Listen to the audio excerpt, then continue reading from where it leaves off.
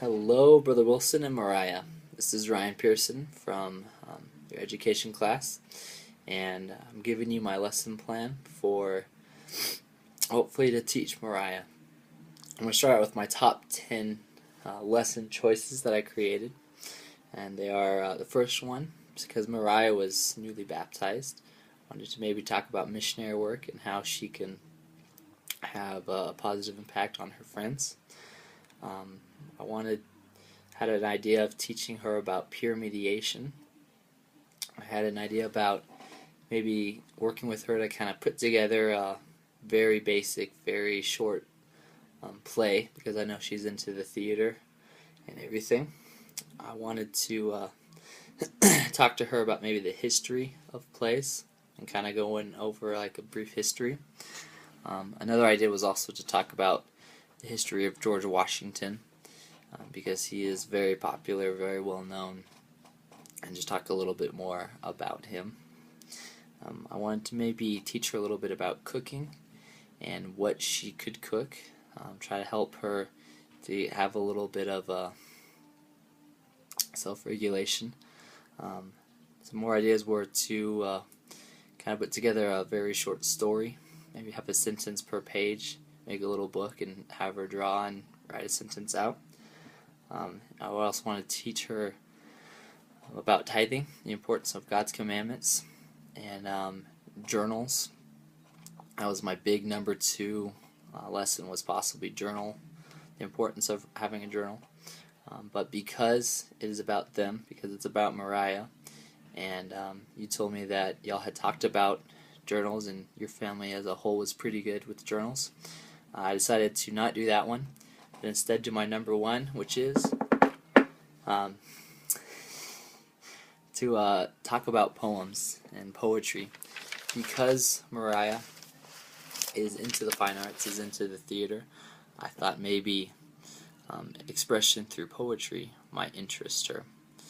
And I know that she's 8 years old, that there's a lot of advanced poetry that I don't even really know. So I wanted to stick with something basic, something that was in her zone of proximal development. So in this lesson, I had planned to start off to get down to her level, down to her proximity, and just talk to her about the expectations that I have as a teacher and what she can expect as a student during this little short lesson. I wanted to show my transparent teaching, kind of go over what we were going to talk about, and let her know the homework that I had planned for her. At this point and throughout the whole lesson, I was going to kind of run a pre-assessment, kind of see what she knew about everything we were going to talk about. I'm actually not sure if pre-assessment could only happen before the lesson or throughout.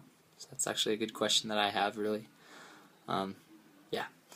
After we kind of have our sit down and talk about what we're going to learn, I wanted to dive into the history of poems, and more specifically ballads, which is what I wanted to go over with her and learn with her, was how to write a ballad.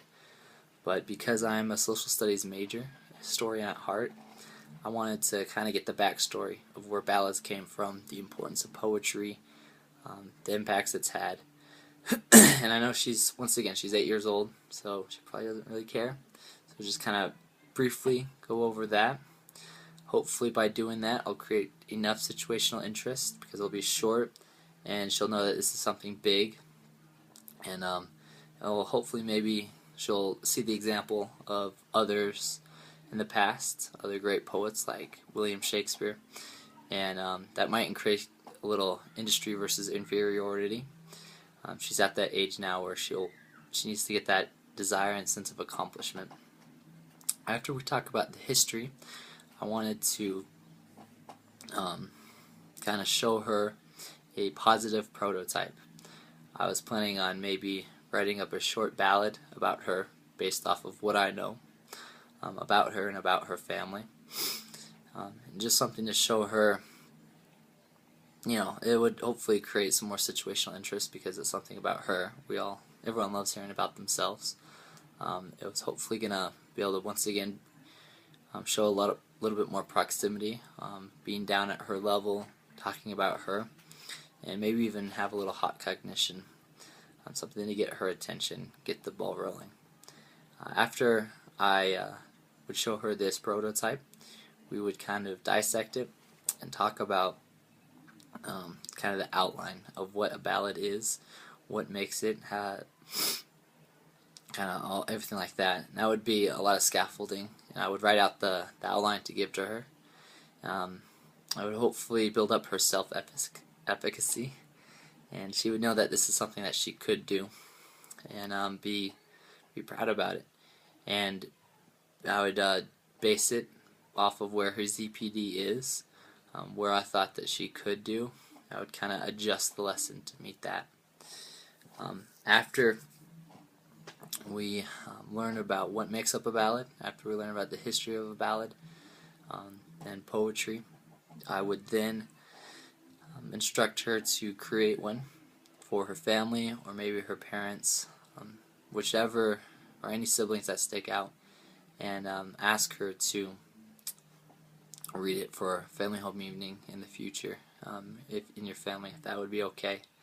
I know that this would definitely increase the industry versus inferiority, because she'd have something that she needed to accomplish and she'd be able to show it off. This would hopefully work on her temporal lobe, which would work on her speech as she wrote out and then recited this poem.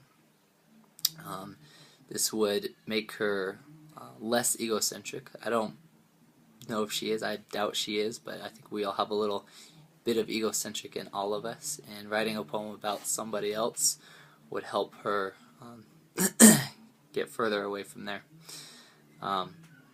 Any questions that she had, I would respond with other questions to help her self-regulate, to help her think about what she's asking, and maybe understand how she can get to it by herself. Obviously, I wouldn't hold anything from her, but try to help her to help herself, cut out that learned helplessness.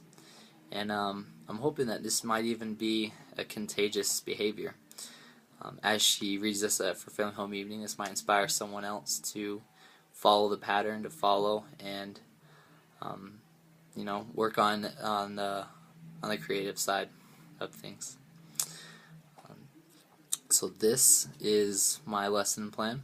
I'm actually really excited about it, and if you have any questions, let me know. But Mariah, I hear you're awesome. I can't wait to teach you.